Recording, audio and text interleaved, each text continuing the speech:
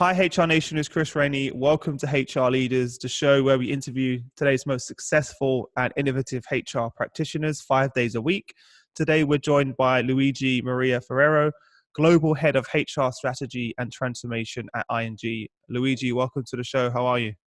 Hey, Chris. Thanks a lot. I'm fine. Thanks. Fantastic. Luigi, tell our listeners a little bit about yourself personally and your journey to where we are today. Yes, absolutely. So I'm currently working in ING. I joined ING 3 years ago, and technically I'm responsible for HR strategy and transformation. So where do we go from a strategic point of view for the HR function, and how do we optimize our operating model?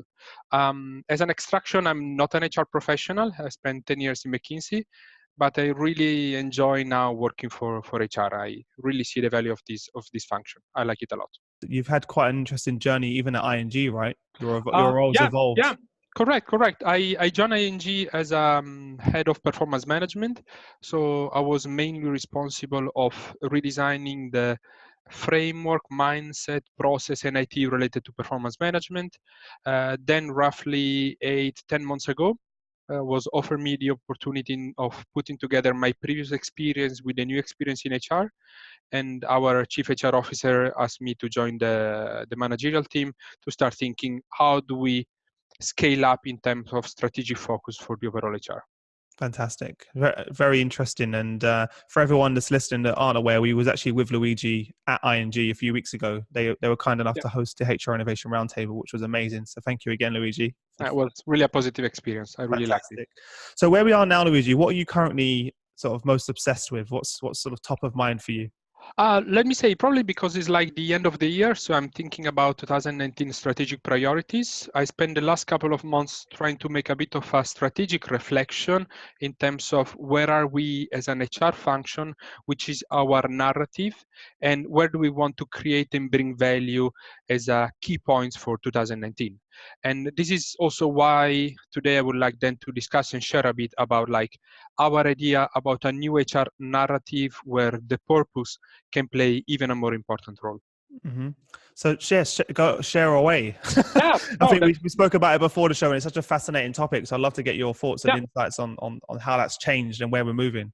Yeah, because it's, purpose has been probably one of the top business words in the last years, right? Everybody's discussing about like purpose, is discussing about the relevance of the purpose. Even in one of the recent Harvard Business Review articles, the one from 2018, I think is called Creating a Purpose-Driven Organization. There has been a clear, let me say, statement about the importance of defining and clearly communicate a company purpose to increase stakeholder value, because there is a clear correlation with financial performance and operating performance. But one of my thought was, are we actually taking the most out of it, the most out of the potential that is related to the value of the purpose? And we as an HR function, which role we can play? I personally see a lot of value in terms of rethinking the way we approach to the purpose, try to move into an idea of a purpose self-driven organization. A purpose self-driven organization is an organization where every single manager and employee is able about defining its own purpose, constantly verify the alignment of the purpose with the overall company purpose, and then taking conscious decision. Okay, but what does it mean technically, and where do I see the value? A purpose self-driven organization is a purpose, like I was saying, every single manager and employee, they have the opportunity of defining its own purpose, professionally and personally. Understanding the fit of the purpose with the broader purpose of the organization, understanding the fit of their own purpose with their current professional path. What I'm doing and what I'm supposed to do or what I want to do in my career is in line with my purpose, and related to that, then taking conscious decision. Indeed, a self-driven organization that is purpose-focused does not only have a clear company purpose, but every single employee, every single manager has a purpose clearly defined, and this purpose is combined and is synergic to the overall company purpose. Which are the benefit out of it. So which are the benefits of having an organization that is using purpose in such a granular way? I see mainly 3 benefits. I'm going to try to list them and then more than happy to go in more detail. Such an organization can really support even further the development of company performances in the long term. A purpose-driven organization can support the achievement of what I can call a healthy turnover, where actually we are more open somehow to external expertise because we can bring external professionals into the organization more easily. And the last one, we can become more attractive even for different type of talent, different type of profiles. Let me start from the first one. So let me start from the concept of how a self-driven purpose organization can help to achieve long-lasting performances. Within neuroscience, quite often there is a clear correlation between the concept of consciousness and decision to engage. Meaning, by the time you are conscious about something, then you can take a decision and be more effective in that action. If we translate this into the professional side, the more our managers and employees they can take a conscious decision of their contribution to the company, the more they are engaged. Indeed, the more they can see an alignment between their purpose and what they do every day, the more they're going to be committed, the more they're going to be engaged. And we know, and there is another Harvard Business Review that is making a reference to that, there is almost a direct correlation between engagement and success or company performances. In this article, that is 2013 article, the high level of engagement is one of the top 3 factors of a company success. It means the more we can make our employee part of the journey, committed and engaged, the more we can create value. The second element, the second value that I was referring to was the concept of the healthy turnover. All of you, you know what is a healthy turnover, right? If you have a company with 20% of turnover, is too high. If it's 2%, it's too low. Some data out of LinkedIn, they say that the turnover currently is in the range of like 10% for financial institution, 13% for like high-tech company. If you do this effort of really understanding your purpose, sometimes you ended up with some inconvenient truth. You can end it up by realizing that the company you're working with is not the right company for you. So somehow, and we experience this in ING, you realize that people, they say, oh man, this was a great experience. Now I know my purpose and I have to leave ING. and we say, okay, before you would have said like, oh my God, what I've done, now it's great. Because if the purpose is not the same, if it's not in line, makes sense. Please leave it. And leave it in a time where we can still be friends, because you still have developed and deliver like value. And maybe you're going to join later whenever our purpose is going to be aligned again. So having more people that are leaving the company is leaving and freeing up spots more easily for bringing like new experience from the market. And I see this extremely valuable in a moment where there is a, let me say, a volatile environment. And indeed, we must be a bit more flexible in terms of bringing different expertise from the market. Related to that, and for me is the third value, is we can offer a better value proposition. Because if we as a company, we understand and we can offer to new people that are joining a deal where we say, we are not your lifetime employer, but we can have a kind of temporary relationship until our objective and purposes are fully in line, and then you can change and you can come back if you want. Then you can even attract what I call like the knowledge nomads. So people that are really committed to work in a company, but only for a limited amount of time. As soon as they do not feel part anymore, as soon as their priorities are changing, they want to look for something different. So the benefit of having a system where top-down company purpose and bottom-up employee and managerial purpose, we constantly check and align, are we on the same page, is something that is creating value. Economic value, turnover value, and employee value proposition value. So if we buy this concept, then the next question is, okay, but as an HR, what we can do? And this is an interesting question. The way I would like to approach this is by giving to you what is my, let me say, cluster of macro ideas, and also how we translate that into practice in the last year and a half within ING. HR can play a key role.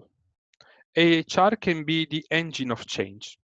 HR cannot obviously, since this is a purpose-driven organization where we ask the purpose for every single employee, do the heavy lifting in terms of defining that for everyone, sure, but can absolutely play an important role. I see indeed 4 potential areas of intervention. As usual, I'm going to list and then we're going to explore. HR has to support the overall purpose definition. We have to think about how to review our HR framework and processes in a way that are purpose-centric. We have to rethink our way of working to make sure that the purpose is always part of the deal in the way we work. And the last one, we have to provide the direction in terms of what is creating value in the company to make sure that all of us, we know where the company is investing. This is slightly more tricky, but I'm going to explain that a bit more better. So the first one, purpose definition, is very easy. If you want to have a self-driven purpose of organization, every single employee and manager should have a purpose, and we have to help them. Company purpose is quite easily, is a standard effort. Having every single manager and every single employee with a purpose, it's quite an effort. Maybe you cannot do for all of them based on the complexity and the maturity of the company and the context. For example, in ING, we decided to start only with the managers. But at the end of 2018 in ING, every single manager has its own purpose in life and at work clearly defined. And we spend more than 2 weeks together working with every single manager to make sure that he has a clear understanding and definition of his own purpose. Related to that, we started the redesign and review of the processes from a framework and a process point of view, meaning we want to make sure that in our HR processes, the purpose can play an important role. This is fundamental in a moment of change because it's creating a reinforcing mechanism. I want to give you a couple of practical examples. Performance management, step up, my previous effort. In ING, we have 3 macro categories in our performance management framework. To oversimplify, that is your job, your what, your orange code, meaning your how, and then your stretch ambition. And the stretch ambition is actually something that is difficult to achieve, but belongs to you and is creating value for the company. Belongs to you. It's in line with your passion. It's in line with your purpose. It's something that is making you happy to come to the office. It means indeed that within the performance management framework, there is the possibility for you to express your purpose. In the same way, even on the talent practice, we want to empower our people to develop their potential, and we consider them accountable for doing that. It means we have to help them in understanding where do they want to go, so they can invest in capabilities that they consider relevant. And we as ING, we are going to help them in the capabilities that we consider relevant. Meaning you have a passion for A, B, and C, but from a strategic point of view, we consider only D and C relevant. We're going to help you in the last 2. Meaning you can work on your passion, your purpose, and your learning focus. We want to make sure that it's in line with the one with the team and the company. And this is a nice bridge to the 3rd bullet point, the concept of the way of working. As you probably know, ING is quite well known for being agile. Agile and the way we implemented Agile with Tribe, Squad, and everything ING is a powerful mechanism that is purpose-driven. Why? Because you do not only have the company and the country purpose, but also you have the tribe purpose and your squad purpose. So you see, then magically you're going to have company, tribe, squad, individual, different purposes at different levels. This is going to simplify to have discussion that are purpose-based. It's going to simplify to make reflection, do I still feel part of the journey? It's going to simplify also for the employees to feel to belong to something bigger, to belong to something that makes sense to them. The last part was the concept of our organizational capabilities, meaning in the complex environment we are playing with as companies, we have to take a decision in terms of what we think can create value in the long run. Which are the organizational capabilities like leadership, like branding, like customer focus, like data focus, that are going to create a competitive advantage in the long term. Having clarity about these capabilities and communicating these organizational assets, organizational capabilities in a clear way across the organization is also supporting purpose discussion. Because people, they understand where we as a company are going to invest our money. They can understand better if they want to be part of this journey.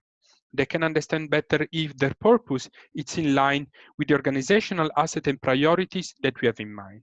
It's even simplifying our discussion, for example, in performance management to set up ambitious targets for the future. So what I'm saying that we as an HR, we have to create an environment, an ecosystem where actually the purpose of every single employee can be brought to the discussion. And at the same time, we have to provide the long-term view in terms of where are we going, where are we investing? Because then all of these elements together are going to help every single employee to take more conscious decision if they want to be part of, in our case, of the ING journey. So to conclude, and also to try to bring again our example in ING, we started this a couple of years ago. And we started with a couple of key processes like the leadership side, the performance side, and the talent side. And we invested a lot in the last couple of years in terms of defining the purpose of every single employee. I must say that I start seeing some return on the investment, some results. I don't want to share too many numbers, but when we check our overall OHI scores, Organizational Health Index score, that is the standard survey, McKinsey survey that we use to check organizational health. So we check outcome and practices. The outcome is you want to lose weight, and the practice is you run and you eat better. Looks like our practices are improving, especially in terms of leadership, in terms of engagement, in terms of commitment, in terms of performance dialogue. So looks like all of these different pieces of the puzzles are coming together and are helping our employees to try to make more conscious decision about which is their role within the company. And again, this for me is the key driver of long-term employee engagement. Every single employee, whatever is the level, is fully into the journey, is fully with us. So this was, let me say, a quick overview of what we are working as new ideas, and I hope was interesting, Chris. I'm always interested, Luigi, to have a conversation with you. There's always something new. Even just before the show, you was like, Chris, I got something new to discuss with you, and I absolutely love it. And I always love the energy that you and Hein and the team bring with you to these new challenges that you have within the organization. I'm sure there's a lot for all of you guys to take in there that are listening as well. And I'm sure everyone's got a million questions for you, Luigi, just listening to the podcast right now. So reach out to Luigi on LinkedIn, guys, if you have any questions. I'm sure he'll be happy to get back to you. My main question, Luigi, was for everyone else was, I had so many questions throughout what you were saying, but you was on a roll, so I didn't really want to interrupt you. Where for everyone listening, where do they start? What advice would you give to other organizations that want to go through a similar journey with their teams and with their business? Where should they start? What should they prioritize? It's a very good question. It's a very interesting question. And my suggestion is we have to start by recognizing what really we want to do with the concept of purpose within our organization. So how much, I'm stereotyping and simplifying, how much is just a statement, my company purpose, versus how much we consider this as a key driver of change. After that strategic decision, if you believe in the purpose element, and it's absolutely fine if you do not believe it, there is no right or wrong, this is the good things. If you believe that can make the change, then is working on two elements in parallel. The purpose definition, because you need the purpose of the employees to make this working, or at least of the managers, and cherry pick a couple of processes and try to rethink them from a purpose-centric perspective. So where the purpose is entering in this process, where the employee can contribute with his own view about his own purpose in the way he's defining whatever, development priorities, career priorities, performance priorities, KPIs, whatever you want. Sometimes when we rethink about the processes, we rethink about the processes from like 93 different angles, because they should be like data-driven, purpose-driven, employee focused, customer focused. That's what I was thinking, by the way. Yes. When you were saying that, I was like, that's going to be, I was thinking about even my own company. We're only a small startup of thinking everything that we do driven towards the purpose. That's tough. That's really tough, right? Is that one of the biggest challenges that you faced? Also because it's like it depends on when you are. And for that reason, I quite often say it depends on your level of maturity. Because obviously, if you don't have processes that are working from not even like an operation or data perspective, let's start focusing on that. But if then you want to start like rethinking your processes, my idea is start rethinking the initial framework, meaning what do you want to achieve with that process and with that part of HR? What are the strategic priorities related to that? And ask yourself, can the purpose can play a role on this? And if yes, how do I translate that in something that is working? So I know it's quite an effort, and I know there are always like 93 different priorities. Sure. But in the long term could be a different lens to give a look to HR from a different narrative perspective. Yeah. It's just funny because there's so many companies that I've worked for where my own personal purpose was definitely not aligned with the organizations, right? Or and I still spent many years working in those businesses as well. So it's quite a tough when you bring that up with your talent in the organization and even with the leadership team. Did you get any pushback to say when you went to the team was like, we're gonna every one of our employees needs to be aligned to our purpose, otherwise they really shouldn't be working here, which is quite extreme in some cases. What was the reaction from the team? So far, we have been really lucky because the overall managerial board of ING, they were really into the concept of the purpose. Of course, that's why they're there, probably. Exactly, and they really supported the overall effort. Sure. Yeah. Let me say, and this started even before I joined the overall idea about like focusing on the purpose. So I helped in terms of putting everything together, but was a great effort and was actually, let me say, a good success within the company, the training and the outcome of that. I just want to make a connection to your last comment because you were working in a lot of companies where maybe your purpose was not fully aligned. Yeah. I want to be cynical and I want to say that before was fine. Okay, because anyway, there is almost quite often a top-down view. We have to do this and we proceed. My purpose, quite honestly, in the previous companies was just to make as much money as possible. It wasn't because I believed in the strategy and the purpose of the company. I'm just being very honest. It was. Yeah, but then my question is, that was your real purpose in life and in business? Maybe yes, or maybe no. I don't want to judge. But your purpose changes throughout your life. So I at that time in my life, my purpose was to make enough money to buy a house, to become financially stable, etc. So that was all that my focus was on at that time. It wasn't the overall the lifelong purpose, let's say. I also realized by doing the experience by myself and by going through the exercise that we developed here in ING, that quite often when then you move into the purpose discussion, you even more like one level deeper. So maybe your focus was on the house and everything, but maybe this is related to a deeper purpose. So often it's good to, let me say, to explore it. No, my comment at the beginning was like, for example, a lot of companies, they say that they want to be innovative and they do not believe anymore in terms of having top-down innovation, but they want to have bottom-up innovation. Sure. And then they are surprised, oh my God, bottom-up innovation is not happening. People are not committed to innovate for us for free. What is happening, why, and so on. Yeah. Probably because there is no alignment on the purpose. They don't feel part of the journey. They don't feel committed to do the extra mile or to contribute. And if you want to go along that line, I'm sorry, you have to make sure that the people are with you. And you also have to deal with the fact that a lot of people are going to realize that this is not the right place. Fine, deal done. Let's go ahead. How do you include that in your recruitment strategy? To where does that come into play in the recruitment strategy of identifying a candidate's purpose and whether that's aligned to it's the business? Good question. What does that look like? We still do not have an answer on that. We still have not on that. We are reviewing recruitment processes right now, also under that angle. This is a journey, but this is also something that we are taking into account. So far, we have some proxies in terms of our ING culture. We take into account the ING culture during the selection process.